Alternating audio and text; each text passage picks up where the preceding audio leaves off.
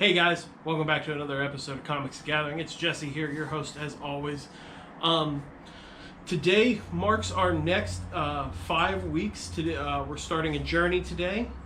We are journeying into the 2020 Ikoria Commander decks. So for the next 5 weeks, we're going to be going over each of the decks and my upgrades to them. So these are going to be keeping the base deck intact with some minimal upgrades to just make the deck function better.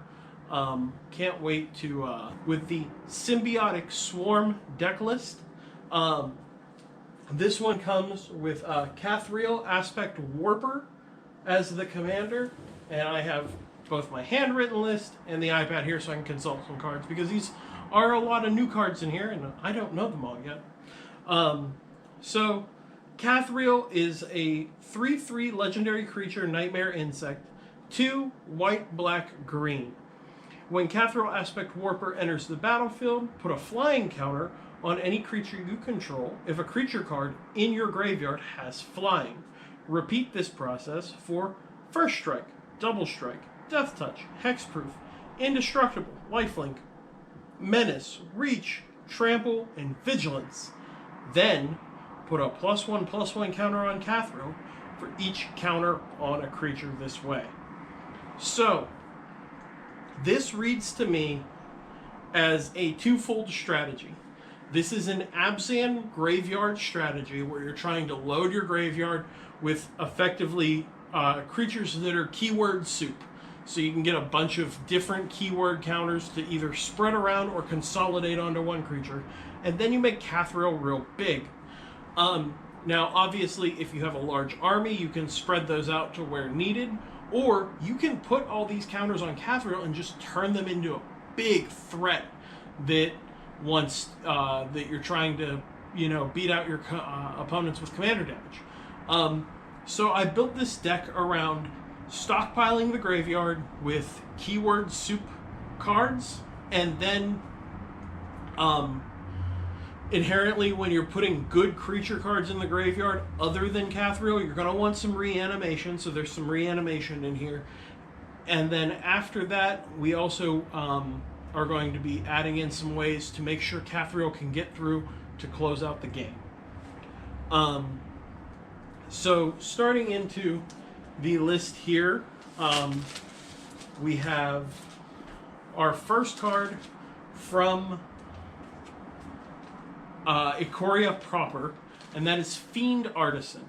Fiend Artisan is a 2-drop. It's going to help you load up and play around with your graveyard.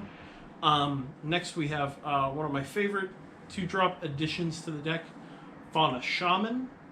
Fauna Shaman is going to let you discard a card that's too big to cast to get a creature that's going to help you stock your graveyard and do other things.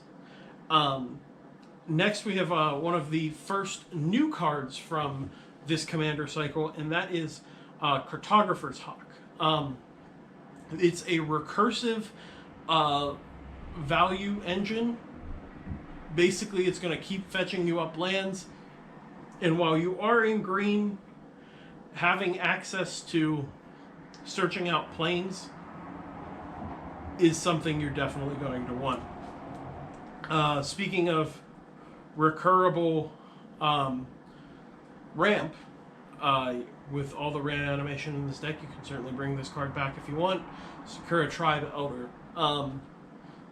Again, this is a Commander All-Star. People have been playing Sakura Tribe Elder for a long time. Don't think I need to go into it. Next we have Satyr Wayfinder. If you're in a green X graveyard strategy, then you're going to want Satyr Wayfinder to fill your graveyard and dig into more lands or permanents. Next we have one of the other new cards that I will pull up. This is going to be the partner cycle from that one, and that is Nirkara Layer Scavenger. This is one of the most synergistic things that I think is in the early parts of this deck. It's a 3-mana 2/2 with Menace, Whenever another creature you control leaves the battlefield, if it had one or more counters on it, you draw a card and you lose 1 life. And we've seen similar effects in like Midnight Reaper more recently. So having a slightly narrow draw ability that costs you a life at the 3 mana, rate is very fair. But it also partners with Yenneck, which we will get to in a little bit. So not only are you, when you cast this card, are you getting this little value engine, but you also are going to get the immediate value of being able to add Yenneck directly from your deck to your hand. Next we have Nyx Weaver. This also comes in the deck. It's a 3-drop 2/3 with reach. It's going to load your graveyard 2 cards at the beginning of your upkeep continually, so it's going to keep you stocked. And then also it has a little bit of recursion where you can pay to exile it from your graveyard, get something back. This next slot, this is a flex slot for me. I haven't, because these decks aren't out yet, I haven't been able to sit down and play with them to give you guys a full-on experience deck tech. So Skullwinder comes in the deck, and it is a 3-mana 1/3 Death Touch Snake. And when it enters the battlefield, return target card from your graveyard to your hand, and then choose an opponent. That player also does it. Obviously, your opponent's getting some advantage, and I don't know if getting a Death Touch keyword for in the graveyard is worth not just slotting this out for an Eternal Witness, so you're not giving your opponent the value. I'm going to leave that one to you guys in the comments. You can work that one out. I don't know quite which way to go with it. I think I want to lean into the Eternal Witness because I don't like giving my opponents value unless that's part of the strategy of the deck, where it's a group hug, everyone gets value, you just essentially end up getting more. So I would probably slot this for the Eternal Witness, but talk to me in the comments. Do you think the Death Touch keyword on the creature and then also on the creature in the graveyard is worth it? Up next, Splinter Fright, a guy that gets bigger with each creature card in the graveyard, has Trample. We like him in this deck because we're going to be loading the graveyard. Angel of Finality. Now, this is a really cool inclusion. This comes in the deck, and it hasn't been printed for a minute, but it's all it's going to give you graveyard-wise is a flying keyword. However, it is graveyard control for your opponents. When it enters the battlefield, exile all cards from target player's opponent. 4 mana, 3/4. So reasonable stats, amazing effect, being able to strip away another graveyard player's graveyard can really, really set them off tempo and put you on pace to win the game. Up next, Daring Fiend Bonder. 4 mana, 5/1 with haste. He must attack each combat if able. But you can pay 1 and a black, exile him from your graveyard, and put an indestructible counter on target creature. Activate this ability only anytime you can cast a sorcery. So this card is, I think, one of the cards that I left in that is maybe a little weaker, but he synergizes well with what the deck is trying to do. He's going to give you a indestructible counter, and although Kathriel cannot gain haste off of him, he also is just a 5/1 that can smash face against maybe a control player.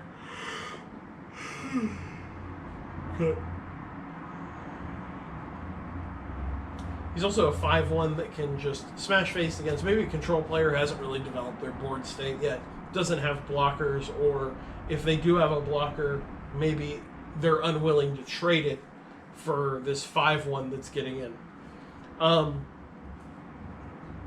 The next one, very super important to this strategy here, Keyword Soup has been something that Wizards has kind of been slowly compiling the pieces to, but we never really got a commander who made the most of it yet until now. One of the previous commanders for this style limited you to white, and that is Audric Lunark Marshall, and he is super well fitted in the 99 here. 4 mana, 3/3 at the beginning of each combat. Creatures you control gain first strike until end of turn if a creature you control has first strike. The same is true for flying, death touch, double strike, haste, hexproof, indestructible, lifelink menace, reach, skulk, trample, and vigilance. So obviously, in the event, you're going wide with your creatures, and as you're playing stuff out, you're not really churning it into the graveyard. You slam an Audric, suddenly all of your little value creatures become threats because they get all these keywords and can do all these things. So long as there's, you have those keywords on one creature on the board, suddenly everyone gets all these abilities. So really like that in here. Next we have a new card that not only do I like the card itself, I also like the flavor of this card. I think this card is hilarious. And that's Slippery Bogbonder. 4 mana, 3/3, flash, hexproof. When Slippery Bogbonder enters the battlefield, put a hexproof counter on target creature. Then move any number of counters from among creatures you control to that creature. This, in this deck, basically lets you build your own Slippery Bogle out of nowhere. And I don't mean just the base Bogle. I'm talking the pumped up one, the Bogle with pants. For those of you who are newer Magic players, that's just the thing that enchantments were always called. Aura enchantments that you stuck on creatures, they're pants. So, in this case, it's more like rings, because you're moving counters instead of enchantments, but, you get the idea. So you're taking all these keyword counters, all these +1/+1 counters from Cathriel, and sticking them onto one big, massive threat, and you're saying, you have to answer this now massive hexproof threat with probably keyword soup on top of it as well, maybe double strike, indestructible, blah, blah, blah. So that's really going to limit your opponent's outs to basically just wraths at this point, with both hexproof and indestructible on there, and it's going to be really hard for them to deal with it. If you do this all to Cathriel, you don't even have to get him that big to start ending people out of the game, because he'll be, the commander damage, and he'll be relatively massive. So, really like that card. After that, we have a Tayim Luminous Enigma. This is another new alternate commander in the deck. Really like how he plays in the deck. I don't really want to build around this card in a future video. Some of these commanders I do want to do build arounds too, and we'll discuss those when we get to them through these deck techs. But this one in particular, don't want to build around him, but I do like him in the 99 a lot. 4 mana, 3/3. Each other creature you control enters the battlefield with an additional vigilance counter on it. So basically, right out the gate, every creature that you're playing with him while he's on the board is gaining vigilance. Cool. Pay 3, remove 3 counters from among creatures you control, put the top 3 cards of your library into your graveyard, then return a permanent card with converted mana cost 3 or less from your graveyard to the battlefield. There's a lot of 3s here. So I really wish he had been a 3-drop. If he had just been Abzan, that would be really cool, because all this 3 symmetry would be awesome. But he's going to help load your graveyard. He plays with the counters you're already generating in the deck, so that's good synergy. And he's going to get you some nice reanimation, so I like that a lot, especially because you can be reanimating things like Eternal Witness to be getting cards back to maybe recur something that isn't a 3-drop. And then you can get rid of your Eternal Witness and do his effect again, and recur it again, and recur another thing. So, really good synergy with the deck there. Like that card a lot. Next we have a Vitality Hunter. This is a really cool card. 4 mana, 3/4 with lifelink, and it has Monstrosity. We haven't seen Monstrosity in a minute, and I'm glad to have that back. And this is Monstrosity X. So it's double white and an X, and it has a really cool ability. When it becomes monstrous, you put a lifelink counter on each of up to X target creatures. So you get to give basically, your whole team lifelink and make one big lifelinking threat. I think that's a really, really good value engine, or not value engine, I think that's a really, really good way to transform your board into something that's going to help you stay in the game, because then you just smash in, gain a bunch of life so you don't die on the crackback, and just keep, applying pressure, or just have a wall of life-linking blockers. Sometimes that's enough that you can just block correctly and be gaining the life that you're losing. Keeps you in the game either way. Next up, Acidic Slime, Commander Classic. Also gives you Death Touch in the keyword soup category, so great here. Avenging Hunt Bonder, another new card we will talk about. 3 mana, 3 generic double white for a 3/3. Creature, Human Warrior, double strike. Whenever it attacks, put a double strike counter on another target attacking creature. Obviously, this card is only as good as the other creatures you have, but your ability to build massive threats, especially out of something like Cathriel, and then be able to just give it double strike out of almost nowhere. I mean, your opponent will see it coming. They know something will be getting double strike, but it's just really, really powerful, especially if you also get trample. We know from Standard, watching Embercleaves run around all through Standard and Pioneer and Historic right now, that, trample and double strike is an amazingly powerful combination and can close out games quickly, especially if, again, Cathriel, we're looking at the commander damage aspect of winning the game. This is going to help you get there. Next up, we have Karen Wanderer. This is, again, another keyword soup card. It's a 4/4 changeling for 4 and a black. As long as a creature card with flying is in your graveyard, Karen Wanderer has flying. Same is true for Fear, First Strike, Double Strike, Death Touch, Haste, Land Walk, Lifelink, Protection, Reach, Trample, Shroud, Vigilance. So he will clone the abilities in your graveyard for the most part. And again, you'll be able to keep with that. The next card we're going to talk about is in another one of the commander decks that came out in this cycle.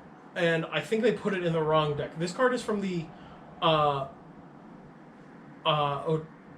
let me scroll up here and look at it. The Enhanced Evolution deck, the Mutate deck. And it is good in there. Don't get me wrong. This card's amazing. But I think it would have been better off in this deck, and I don't know why they put it in the Sultai deck over this deck.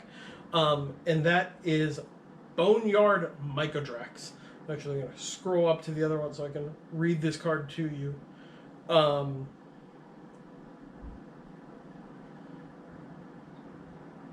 2, 1, resume. Boneyard Mycodrax is a 3-mana star fungus. Its power and toughness are each equal to the number of other creature cards in your graveyard. So right out the gate, that synergizes more with the self-mill strategy. It also has Scavenge for 4 and a black. Exile this card from your graveyard. Put a number of +1/+1 counters on this card equal to this card's power on target creature. Scavenge only as a sorcery. So I don't know why they didn't think in the deck that wants to self-mill and stock the graveyard that they wouldn't put something this powerful that also synergizes with the counter theme of this deck as well. I get that it is very good in the Mutate deck, and it does thematically fit the Mutate mechanic of creatures mutating and getting bigger and getting stronger and doing weird things. So Scavenge, it fits with that flavor-wise. But they could have put this in both decks, and I think it would have been a lot better off, instead of creating a false shortage of a very powerful card by only selecting to put it in the one deck. So it's just my take on it. I do think that if you're going to be like me and you're just going to buy one of each of these commander decks, then obviously you can slot it out of that deck and into this deck. If you're not doing that, however, maybe find a friend who is willing to trade it, or pick one up through singles, because all these Commander exclusive cards will be available in the collector's booster. Just something to note that because there's always that supplemental product slot with that release. Normally it was the Planeswalker deck cards in the previous 2 collector boosters, but since there's no Planeswalker decks for this release and it's Commander 2020, you can get those cards in the collector booster. Next, Kalemne's Captain, or Kalemne's Captain, Kalemne being one of the big giants from Theros. This is a 3 white 5/5 Vigilance Monstrosity 3 giant soldier. And when it becomes monstrous, you exile all artifacts and enchantments. So you get a decent threat that becomes a massive threat, and wraths out enchantments and artifacts from everyone. On top of that, he's giving you vigilance for your keyword soup. Love the card in here. Karametra, God of Harvest, comes in the deck. Love that they're starting to reprint the gods into these decks, because although Karametra was not particularly expensive pre-printing, she was at, she was $7. So that's a good chunk of value you're getting. Plus, it's thematically great for the deck because it's going to give you Indestructible, which is there's only a few cards in here that have Indestructible. So getting that keyword onto other things, because one of them got milled over into the graveyard. Very nice, very nice. Also, you cast a lot of creature spells in this deck, so that's going to also help you ramp out so you can play your bigger creatures. Great with the deck, and she most likely will be a creature a good deal of the time. Next card, fantastic reprint. Love that they put this in this deck. Is the Majestic Mariarch. It's a 4 and a green for a star. Its power and toughness are each equal to twice the number of creatures you control. At the beginning of each combat, if you control a creature with flying, it gains flying. Same for First Strike, Double Strike, Death Touch, Haste, Hexproof, Indestructible, Lifelink, Menace, Reach, Trample, Vigilance. So again, keyword soup payoff. So much so. I don't know why I didn't write that on here, so I hope that is going to offset my deck total by 1, but check the list below in the tapped out link. That one will be correct. Don't know why I didn't write that. I wrote all 5 of these decks in like 2 days. So there might be minor mistakes such as that. They will be corrected in the tapped out deck list in the link below. Next, Revelark also comes in the deck. Fantastic reprint. Being able to have a flying keyword on a card that has Evoke, so you can get it in your graveyard, as well as returning some of your small mill creatures back to the battlefield. So being able to evoke that and get back Satyr Wayfinder and Aerial Responder, or Satyr Wayfinder, Sakura Tribe Elder, or sorry, not Aerial Responder, cut that. Cartographer's Hawk is the card I wanted to say.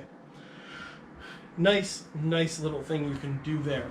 Also, I believe with Revelark, yes, it says power 2 or less, not CMC. So things like Eternal Witness. Wait, Ewit is 3/1, isn't it? No. Revelark, and just getting back value creatures is really nice. Next we have one of our big add-ins, and that is Nerothi, Apex of Death. It is going to be one of the chase mythics from Ikoria. 2 generic and Abzan for a 5/5 Death Touch lifelink. It also has Mutate. It mutates for 4, a hybrid green-white mana, and then double black. Whenever this creature mutates, return any number of target creatures with total power 10 or less from your graveyard to the battlefield. Do I need to explain why that is so powerful in a self-milling graveyard strategy? I really hope not if you're watching these videos. Archon of Valor's Reach is our next card. Comes in the deck, nice little 6-drop there. 5/6 flying, vigilance, trample, giving you great keywords, and when it enters the battlefield, you get to choose artifact, enchantment, instant, sorcery, planeswalker. Players can't cast spells of the chosen type. Now, this is a symmetrical effect. It does affect you too. However, you can read the situation and figure out what's going to be best for you. Maybe you've already established most of your artifact ramps, so you're not concerned about it. You can adjust your deck to be built around this. That is something you can do.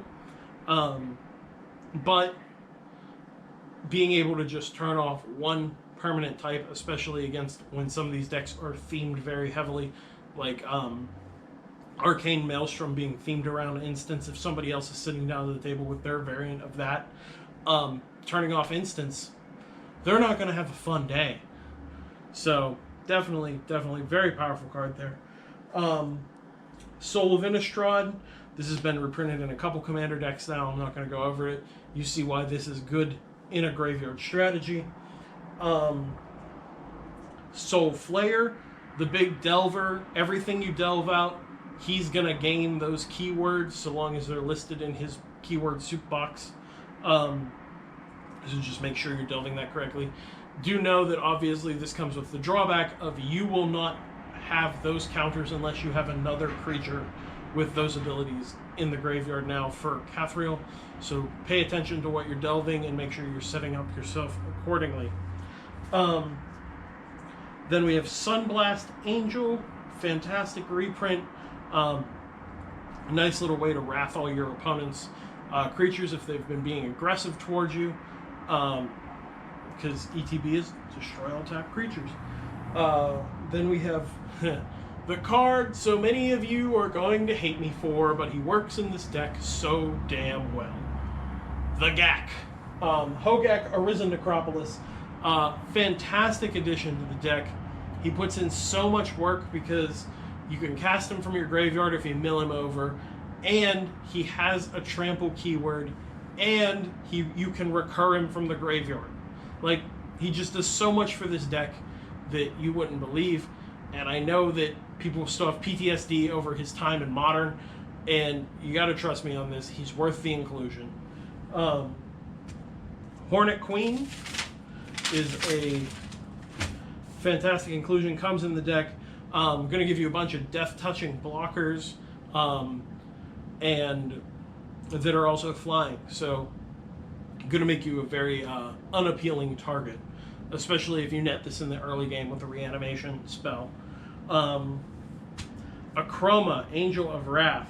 If you're playing keyword soup, my god, this is the biggest keyword soup, other than it's rivaled only by Zatulpa, which we will get to in a minute. But 8 mana, 6/6 legendary creature, Angel, flying, first strike, vigilance, trample, haste, protection from black, protection from red.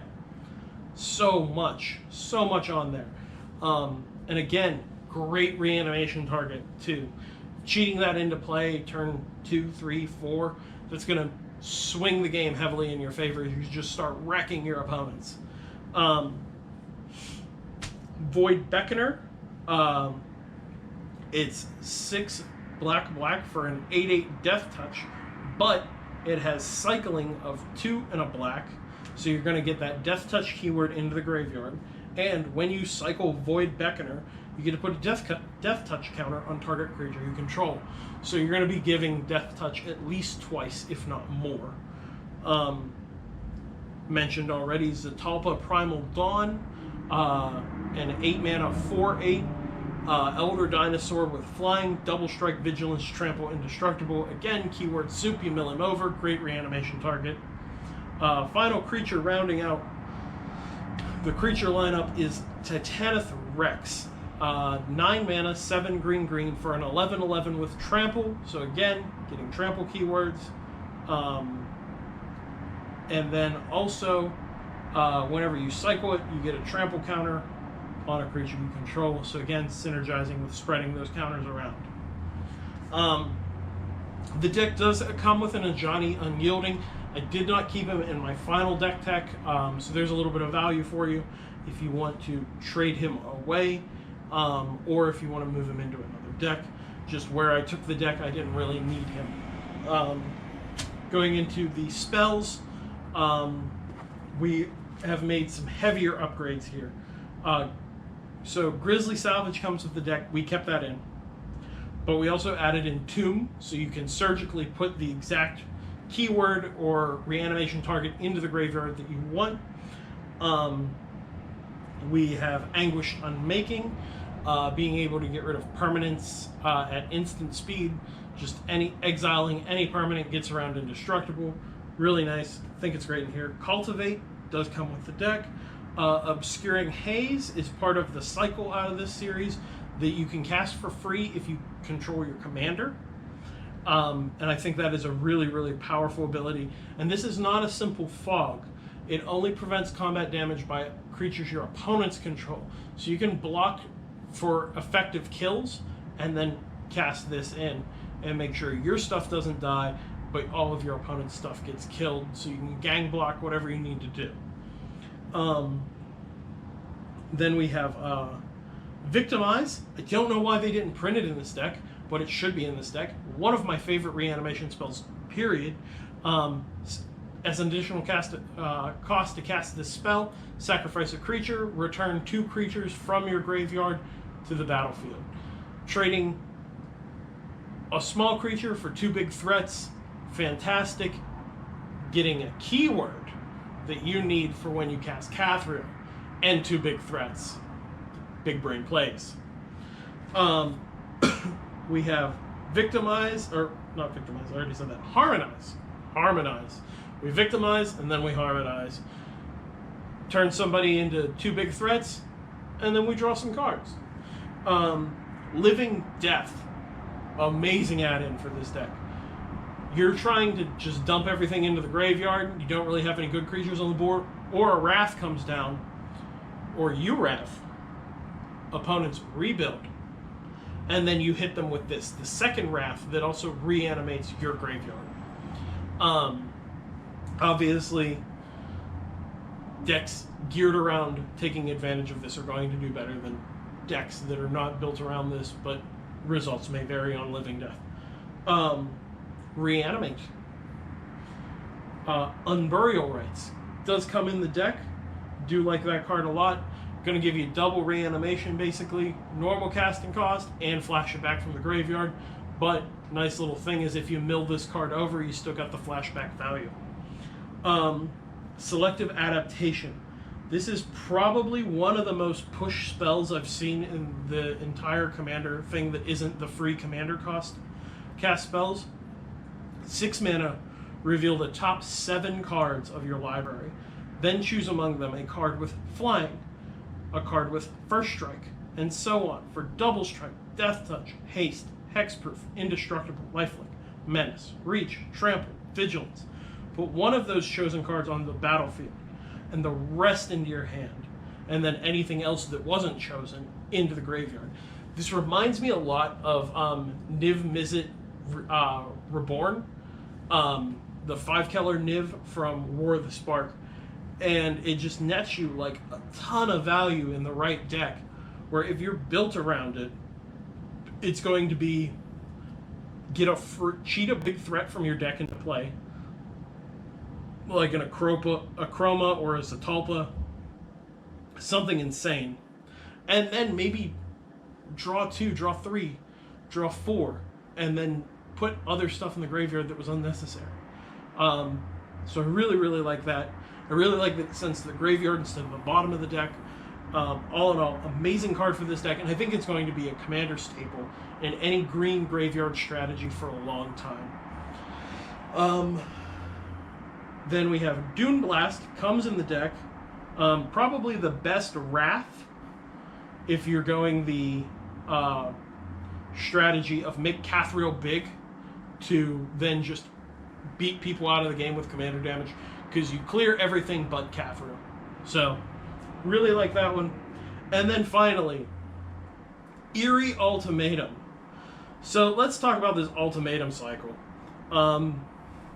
Most of them are insane. They are more push than the original ultimatums. And I think Eerie Ultimatum is probably the most push of them all. Double white, triple black, double green, sorcery. Return any number of permanent cards with different names from your graveyard to the battlefield. Sweet Jesus.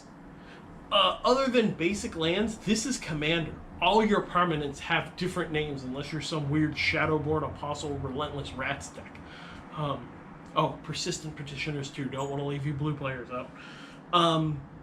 And so, it's just, you're going to get back so much, especially in a strategy that's self-milling.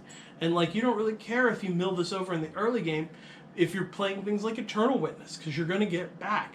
And you're going to just wreck people out of nowhere. So, fantastic, fantastic build. And also, it says permanence. Like, it doesn't, it's not even restricted to non-land. So you could do shenanigans with, like, Gitrog Monster and Field of the Dead. And just do, like, you know, some land value stuff there, too. Very powerful card, and definitely something I hope I pull out of my pre-ordered Ikoria product. That being said, that wraps up the spells. Let's move on to the artifacts. Soul Ring, we know. Arcane Signet comes in the deck, getting great reprints on Arcane Signet. I think this is going to bring down the price a lot to where it should be. Arcane Signet at its highest, I think, was like $11. They've been stable at like $7 to $8. I think this should be like Soul Green. This should be an evergreen card in Commander that's like between $2 and $4. Basically, it should hit the point where it's $2 at the reprint. Within a year, it's back up to the $4 or $5 range, and then the reprint comes and it slaps the price back down. Blah blah blah. I think that's about where this card should be. And that's not negating its power level. It's very powerful, like Soul Ring. But I don't think it should be in that $7, $8+ range. Next we have one of my favorite editions, and this is also from the Ikoria set, and that's the Ozolith. If there was any one card out of Ikoria that's going to really change how this plays, and was maybe designed for this deck, like it's designed for this format with the counters, but my god, in this deck it's insane. It's a 1-mana legendary artifact. Whenever a creature you control leaves the battlefield, if it had counters on it, put those counters onto the Ozolith. At the beginning of combat on your turn, if the Ozolith has counters on it, you may move all counters from the Ozolith onto target creature. So, this does what Slippery Bogbonder and Cathriel are normally doing, but then if those cards die, you don't lose those counters. So then you can turn those into more value, and you're going to keep, like, anything can become a threat with enough +1/+1 counters and keywords on it. Hell, your Eternal Witness can suddenly be smashing face to win you the game. It just gets real buff out of nowhere. So, like, I think that's one of the most important cards that is not printed in the deck that is coming in Ikoria that you need to get for the deck. Between that, the Ultimatum, and Nerothi, I think those are the 3 most important Ikoria to this Commander deck upgrades that you can get, other than the Tri-Lands. So, also printed for the first time is this new artifact that I think I'm evaluating is very powerful. Netherborn Altar. 1 and a black artifact. Tap it, put a soul counter on Netherborn Altar, put your commander into your hand from the command zone, and then lose 3 life for each soul counter on Netherborn Altar. So this is a way to get around commander tax. And be able to cast Nerothi or any other deck you're playing this in, be able to cast your commander without that steep commander tax. Because what happens when Cathriel is, like, he's already 5 mana to begin with. He dies once, 7. Dies again, 9. 11. 13. When he gets into those mana costs, you know, it's hard to tap out, basically, to play this creature. But this lets you just, boop, bounce him into your hand. Here he is for 5 mana. Here's my threat that's going to close out the game if you don't do anything about it. So, a very powerful card. I think it's great in this deck. I am going to make one change on the fly here to the deck list. Swiftfoot Boots is in the deck. We're keeping that in. You want to slap that on Nerothi and make sure he has hexproof, make sure he's protected. You can also tech in Lightning Greaves if you can find the room for it. I think it would be great in here. I left in Commander Sphere, and I shouldn't. I think you should play Whisper Silk Cloak, the artifact that gives your creature Shroud and Unblockable. Because you cast your Cathriel, he gets real big, he gets all those counters, and then you put this on him for 3 mana, and suddenly he's unblockable. Like, I think that's just a very, very good way to make sure he's getting in to end out the game. And then finally, Altar of Dementia. You'll notice, some of you who maybe have the deck list in front of you for the original deck, I cut Mimic Vat. I think Mimic Vat is a very good card. I don't think Mimic Vat wants to be in this deck. I think there are better cards you can be playing, like Altar of Dementia, that you can do the Hogak loop with and just stock your graveyard super quick and then get off that ultimatum that recurs everything, or cast Cathriel and he's just big enough to close out the game super quick. So, again, Mimic Vat, great card. Don't think you need it for this deck. Finally, in the enchantments, I cut down most of the enchantments that were in here. I left 2. I did not add any more after I did the cuts. I just needed room to put other things in. And I think these 2 that I left are the best 2 that are probably in the deck. The first one being Together Forever. It was originally a Battle Bond rare. Whenever it enters the battlefield, support 2, so you're getting some +1/+1 counters, and then pay 1 mana, choose a target creature with a counter on it. When that creature dies this turn, return that card to its owner's hand. So obviously, you make your Cathriel a big threat, your opponent has a removal spell, bam, 1 mana. When it dies, instead of going to the command zone, it's going to go to your hand. Any other big threats or creatures you've turned into big threats off of, you know, maybe moving counters off of Ozolith, boom, get them back to your hand. Earlier I mentioned Eternal Witness. You know, moving all the counters off Ozolith, turning Eternal Witness into a threat, and then all of a sudden, they tried to blow it out with a removal spell. Guess I'm going to pay 1, get it back to my hand, replay Eternal Witness, get something back. All the counters moved over to the Ozolith, and now they're back. You see what I'm saying here? A lot of value on this card. Very, very good card. And the other one is one of my favorite Golgari enchantments of all time, and that is Deadbridge Chant. It enters the battlefield, you mill yourself for 10, so immediately dump 10 cards into the graveyard. Then, beginning your upkeep, choose a card at random in your graveyard. If it's a creature card, it goes directly to the battlefield. Otherwise, it goes to your hand. Like, that's super powerful effect. That's basically, you're drawing 2 cards a turn, but if it's a creature, it just goes into play. Like, that's saving you on mana, too. I think this is a very powerful enchantment. I'm glad they reprinted it in the deck. Even though it wasn't a ton of mana, or a ton of money to begin with, I still think it's a great inclusion. As for the mana base, I don't go over mana bases in videos. There is the new Triome lands that are in the set. You can obviously you want to get the Triumph for this wedge.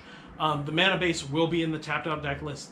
The only card I will touch on that you're going to want to put in is Rogue's Passage. I think it's the most important utility land you can play in this deck. And that's just going to be, I have this big threat. It's now unblockable. It's reinforcing what you can do with Whisper Silk Cloak and just giving you more consistency in a singleton format. But that's going to be the deck tech. Thank you guys for watching.